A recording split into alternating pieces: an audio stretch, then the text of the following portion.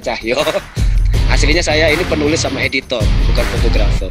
Fotografi itu hobi aja gitu. Tapi hobi saya ini menyelamatkan saya selama pandemi.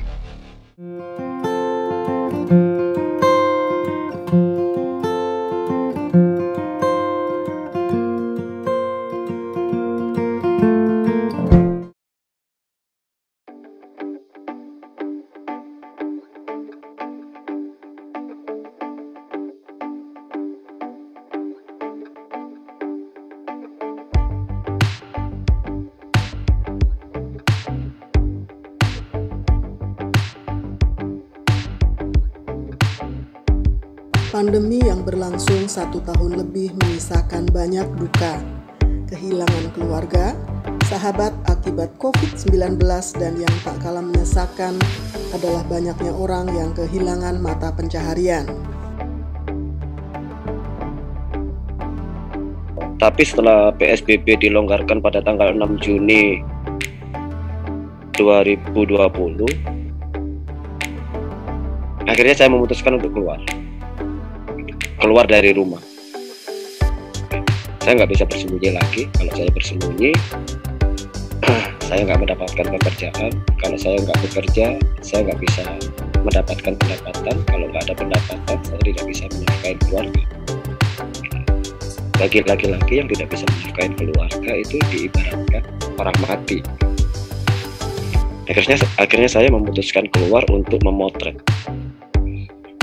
Tanggal 6 Juni saya motret di Bintaro. Hanya untuk menunjukkan bahwa Cahyo masih hidup, Cahyo masih motret. Pemotretan perdana secara terbuka itu membuat saya mendapatkan order untuk minggu-minggu berikutnya. Keliling ke tempat-tempat tersebut dari GBK, Sudirman, Musia Loop yang ada di BSD, Bintaro Loop yang ada di Bintaro, terus kemudian Pantai Indah Kapuk yang ada di belahan utara Jakarta dan sebagainya. Sampai kemudian saya memutuskan berada di Jembatan Kuningan. Cahyo Nugroho, mantan jurnalis yang kini menjadi fotografer profesional, adalah satu dari sekian banyak contoh yang sudah membuktikannya bahwa kreatif, usaha keras, dan membuka jalan kebaikan untuk orang lain akan memberi peluang yang baik untuk tetap bertahan hidup demi keluarga di masa pandemi. Menjadikan spot-spot yang dilalui para penggiat olahraga membuka peluang rezeki di saat pemberlakuan PSBB dan PPKM. Jembatan Kuningan dipilih sebab sering dijadikan jalur untuk lomba lari kelas internasional. Di Jembatan Kuningan sendiri, kenapa spot ini dipilih? Nah, spot ini disurvei pada Agustus akhir oleh kawan saya, Posport.id, yang juga pemilik akun pelari GC. Si Posport ini melakukan survei karena waktu itu dia masih kantor di sebuah perusahaan media. Jadi dia agak kesulitan kalau harus motret jauh di hari kerja, jauh dari lokasi tempat tinggal. Sehingga kemudian kita ngobrol, kita putuskan ya udah kalau mau motret di Galkot, coba aja di Jembatan Kuningan. Karena selama bertahun-tahun tempat itu menjadi spot favorit kami untuk memotret Jakarta International 10K, itu lomba lari internasional 10 km, sama Jakarta Marathon. Itu bertahun-tahun kita biasa ngambil foto di situ. Terutama semenjak Jakarta Marathon memindahkan rutenya. Kami rutin motret pada September. Awalnya berdua, kemudian bertiga, setelah itu bertujuh, dan sekarang mungkin kalau di weekend ada 20 sampai 25 fotografer yang ada di sini. Ini adalah behind the scene kalau kita melakukan pemotretan di Jembatan Kuningan. Kebetulan ini di saat hujan. Kalau di saat hujan kita tidak akan pernah meninggalkan posisi itu, karena hujan berarti berkah. Hujannya makin deras, berkahnya makin banyak. Mengapa? Karena banyak orang cari foto-foto yang extraordinary, yaitu ketika mereka berada di saat hujan lebat. Ini fase-fase awal kita berada di jembatan Kuningan. Mengapa saya katakan fase awal? Karena masih ada motor yang parkir di jembatan. Ini perlengkapan motor kita kalau kita lagi hujan. Jas hujan, kamera rain cover, gitu. Dan yang pasti semu. Pandemi tidak pernah mengalahkan kita, apalagi hujan. Ini kadang-kadang interaksi yang biasa kita lakukan sama kawan-kawan kita. Nah, kalau sekarang ini kita nggak ada sepeda motor parkir di pinggir jalan. Jadi ketika kita motret, kita dibatasin oleh garis putih itu. Seperti apa foto-foto yang diambil? Oh ya, saya perlu ceritakan gitu. Kita ini pedagang foto edaran yang ngambil foto-foto personal sport entusias yang melintas di jembatan ini. Karena itu kita fokus untuk mengambil foto perorangan, bukan grup. Oke, karena kita jualnya. Ini foto saat hujan. Itu yang banyak dicari orang, itu adalah hujan. Foto saat hujan. Karena epic.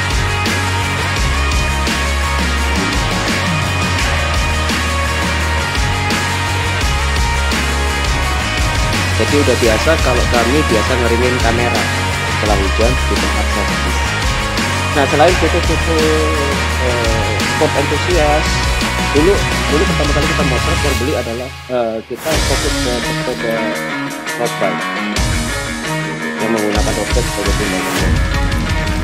Tapi lama-kelamaan tidak hanya sepeda road bike yang beli, saya beli, BMX beli, Dixie beli, mountain bike beli, terus kemudian apapun tipe sepedanya beli. Setelah itu kemudian pelari beli,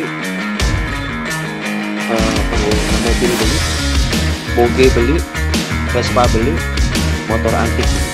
Salah satunya salah diantara seperti ini. Jadi mereka nggak tahu besok mau melintas, biasanya di Sabtu atau Minggu. Jadi kalau ada melihat sesuatu yang di luar kebiasaan di jembatan Kuningan, jepret aja. Karena kemungkinan sesuatu yang unik itu memang sengaja melintas di sini.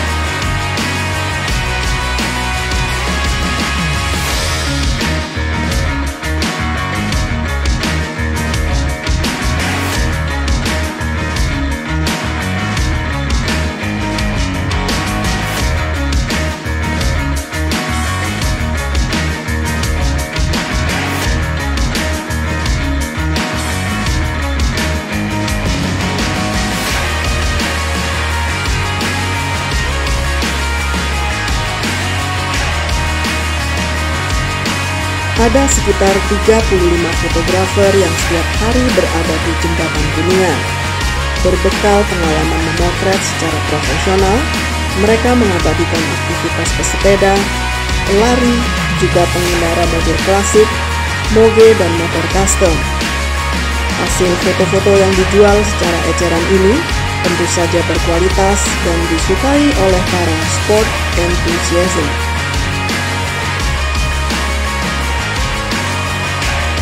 Kita biasa motret mulai pukul 5.45 sampai pukul 7:30 di weekdays atau pukul 8.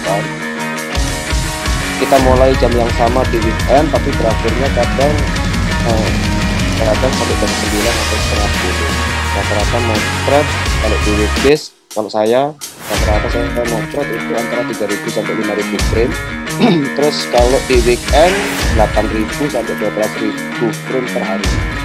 Waktu mengawali karir sebagai anak jalanan di jembatan Kuningan, saya menggunakan kamera Canon 60D dengan lensa pinjaman 7200 f2.8 DSLR. Diusir kita nggak pernah diusir, tapi kita sempat bersih tegang dengan Satpol PP. Bersih tegangnya begini. Satpol PP itu katanya mendapatkan laporan ada kerumunan di jembatan Kuningan. Mereka langsung menyamperin kita. Tapi mereka tidak menyebutkan secara spesifik yang dimaksud dengan kerumunan itu siapa. Karena kita tidak pernah berkerumun. Jadi ada kesepakatan yang ditaati oleh fotografer yang ngesot di jembatan Kuningan. Yang pertama, harus melakukan swab antigen. Mau motret di jembatan Kuningan, silakan. Tunjukkan bukti sudah melakukan swab antigen. Selama ada bukti swab antigen, siapapun mau motret di jembatan Kuningan, silakan.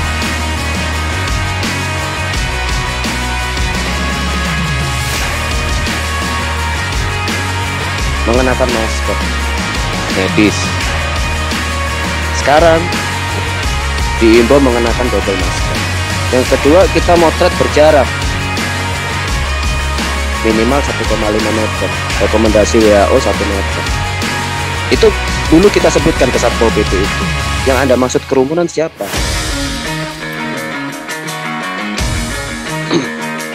Terus kemudian fotografer yang berada di depan tidak boleh menghalangi pandangan lensa fotografer yang ada di belakang.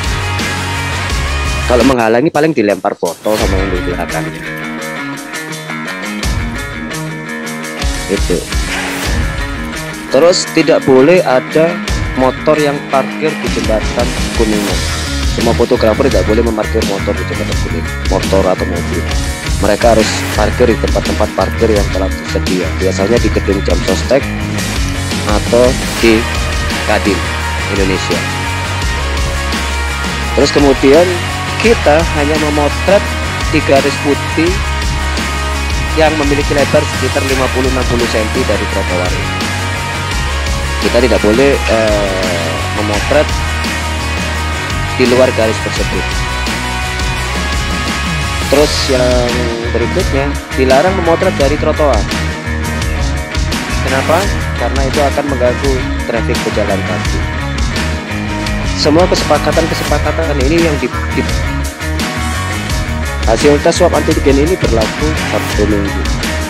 Ini mulai berjalan sejak Januari setelah salah satu dari kami terpapar.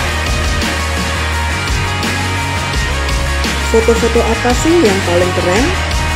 Menurut Cahyo, saat dudukan lensa kamera merekam momen olahraga di tengah turunnya hujan. Meskipun beresiko terhadap kamera, namun foto-foto pesepeda atau pelari saat diguyur hujan menjadi kreasi yang terbaik. Kalau foto yang aku sukain ya foto-foto yang nggak banyak didapatkan oleh fotografer lain di jembatan Kuningan. Ketika matahari lagi naik ke atas, warnanya masih oranye, jadi memberikan kesempatan kita untuk mendapatkan sunrise dan kita dapat flare-nya gitu. Itu foto yang paling saya sukain karena nggak banyak orang yang ngambil foto tersebut.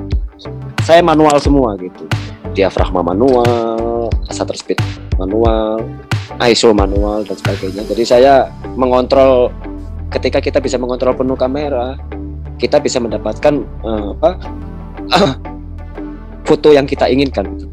Kamera kalau kena hujan langsung ya rusak. Saya pernah mengalaminya. 2 body yang saya bawa mati total gitu. Makanya penting kalau di musim hujan itu bawa kamera rain cover gitu. Kamera rain cover itu penting banget. Selain kita bawa jas hujan sendiri, raincoat sendiri, kamera rain cover itu penting. Bahkan di kondisi-kondisi tertentu, teman-teman ini bawa dry bag. Dry bag kita itu ukurannya macam-macam. Ada yang mulai dari 20 liter, 30 liter, punya saya 60 liter dan 70 liter. Supaya tas kamera saya juga aman ketika motret. Saya nggak kepikiran tas kamera saya. Tas kamera saya masukin dry bag, kamera saya pakai rain cover. Udah, saya motret tenang. Kalau misalnya rusak, ya udah dibawa ke tempat servis. Jangan dioprek sendiri.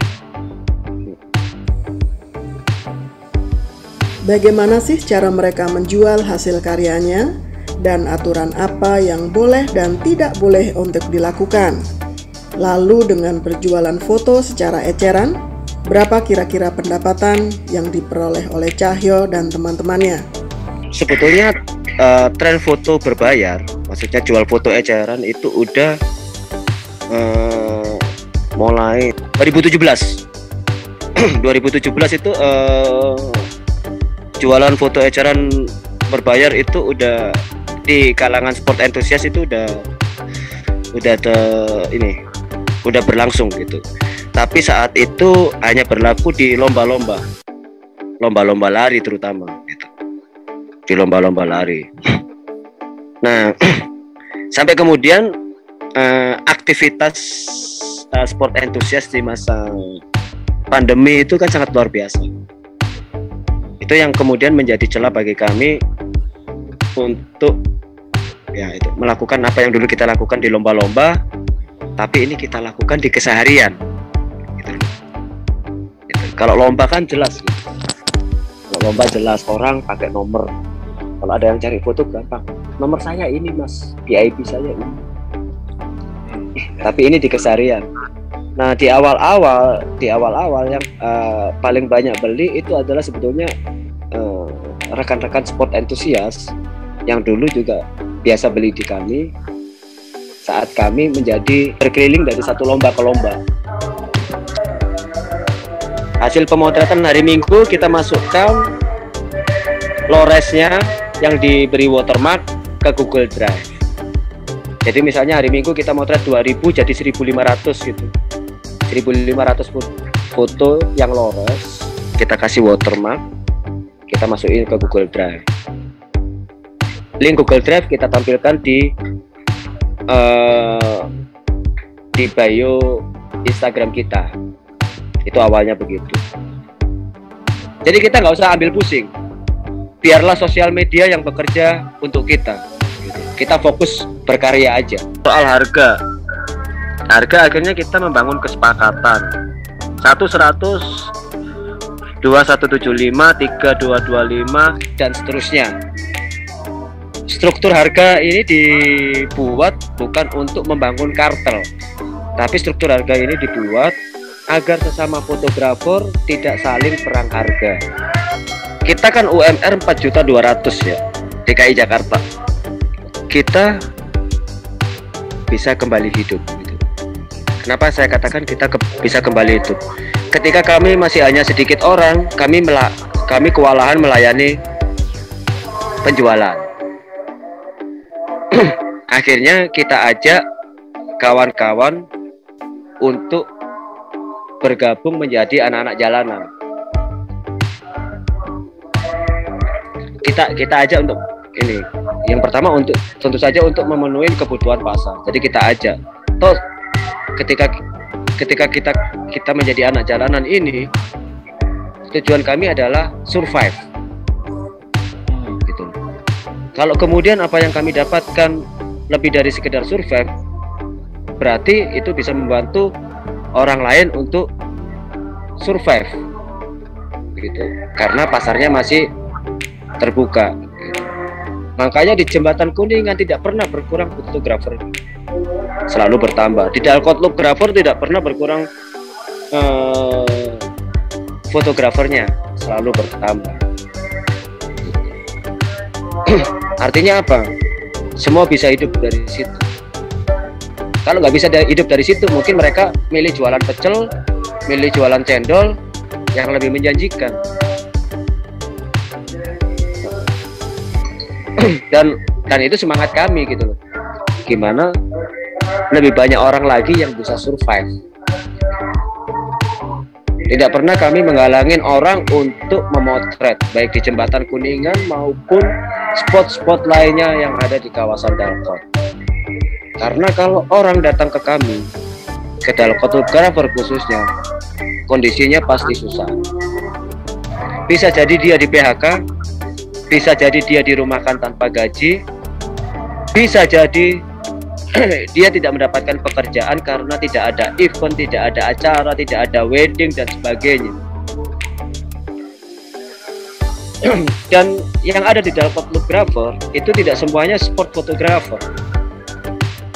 Ada yang basicnya wedding fotografi, ada yang basicnya street fotografi, ada yang basicnya event documentation, ada yang basicnya cuma mahasiswa biasa kayak Dwiki gitu.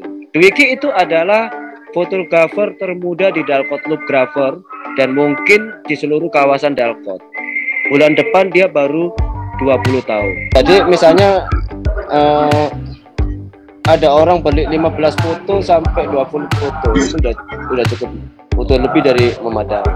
Itu udah lebih dari memadai.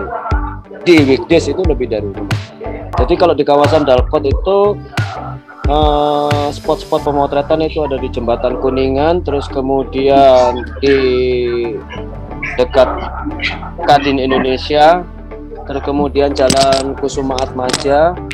Ini terus kemudian jembatan Kuningan sisi sebelah timur. Kalau saya kan biasanya di sisi sebelah barat. Itu jembatan Kuningan sisi sebelah timur yang mengarah ke arah Mampang.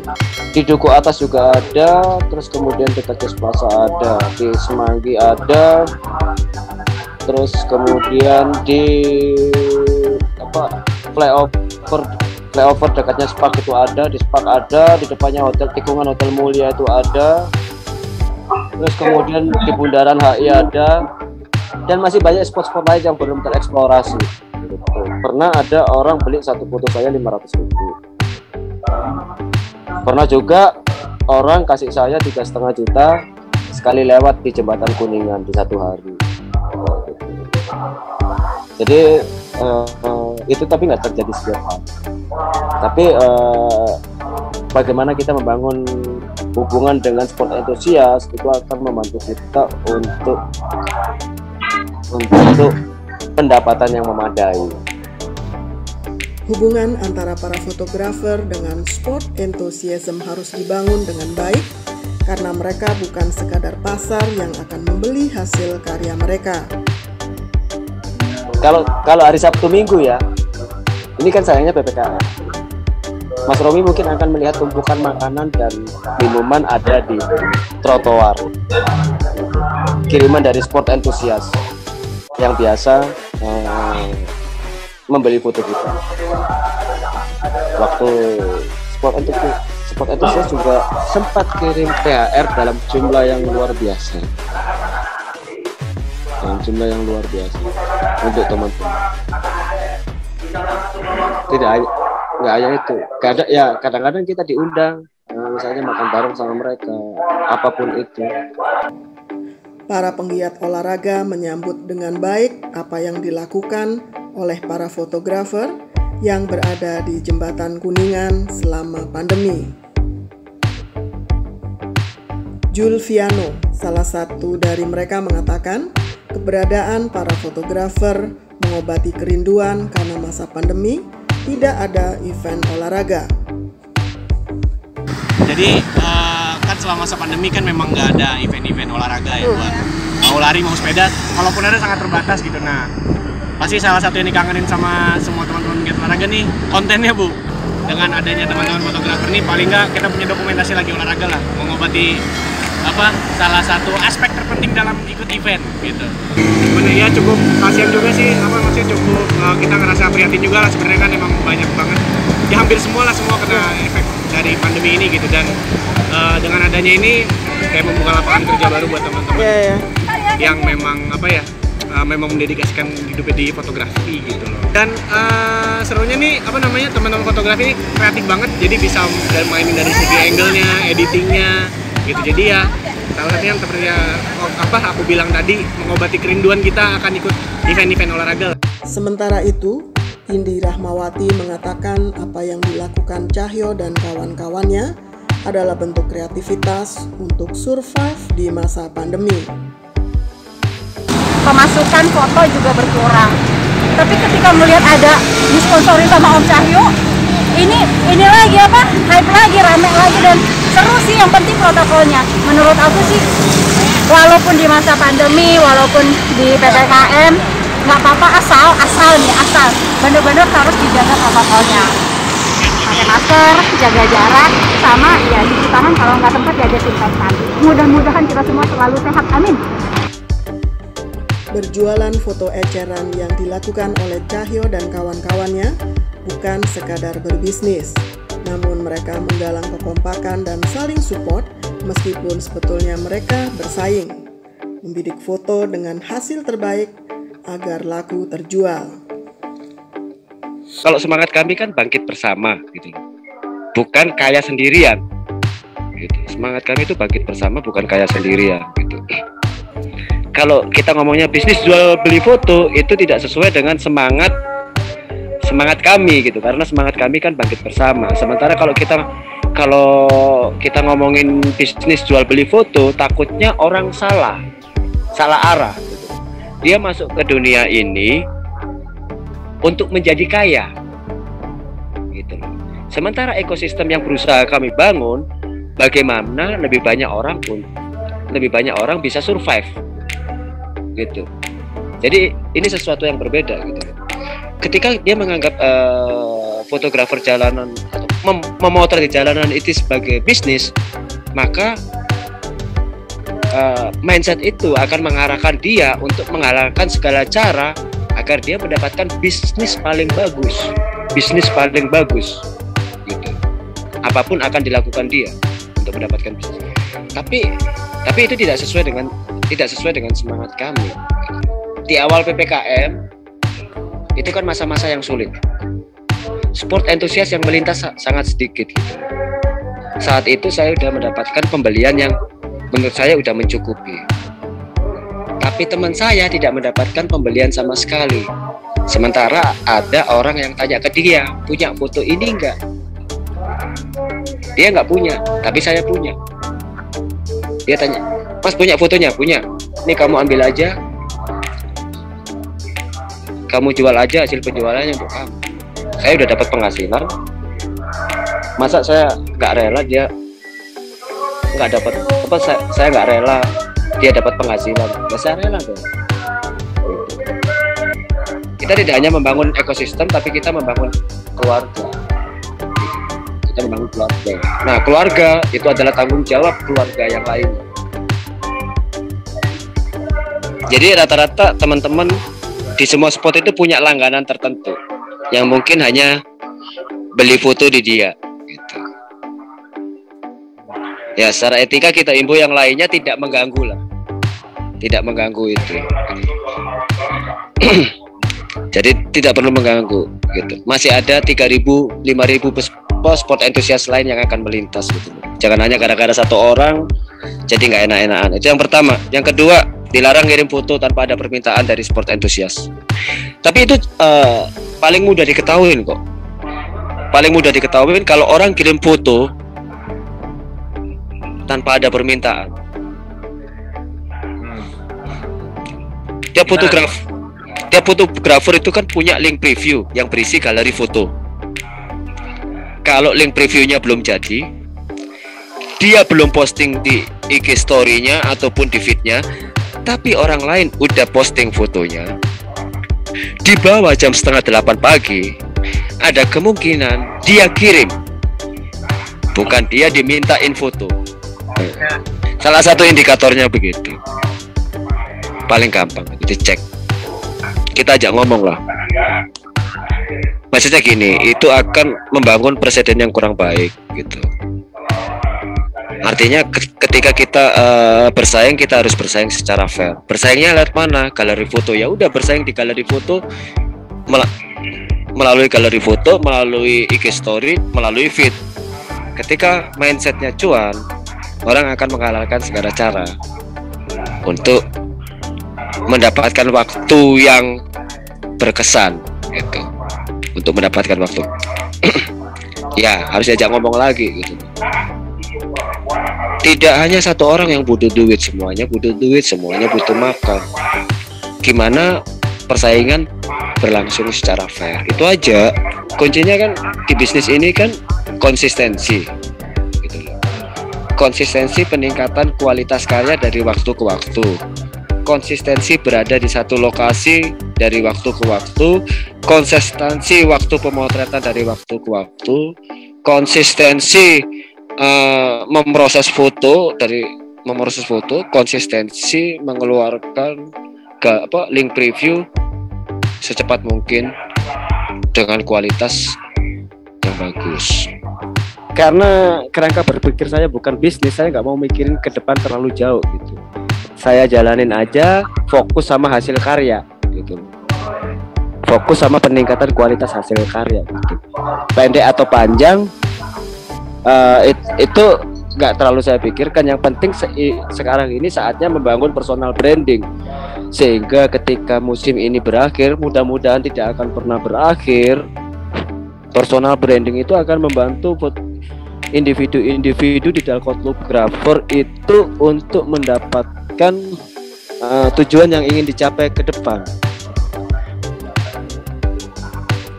Tapi sebagai salah satu co-founder Dalkotlografer, saya juga tidak akan pernah mengarahkan Dalkotlografer untuk berbisnis atau untuk menjadi institusi bisnis.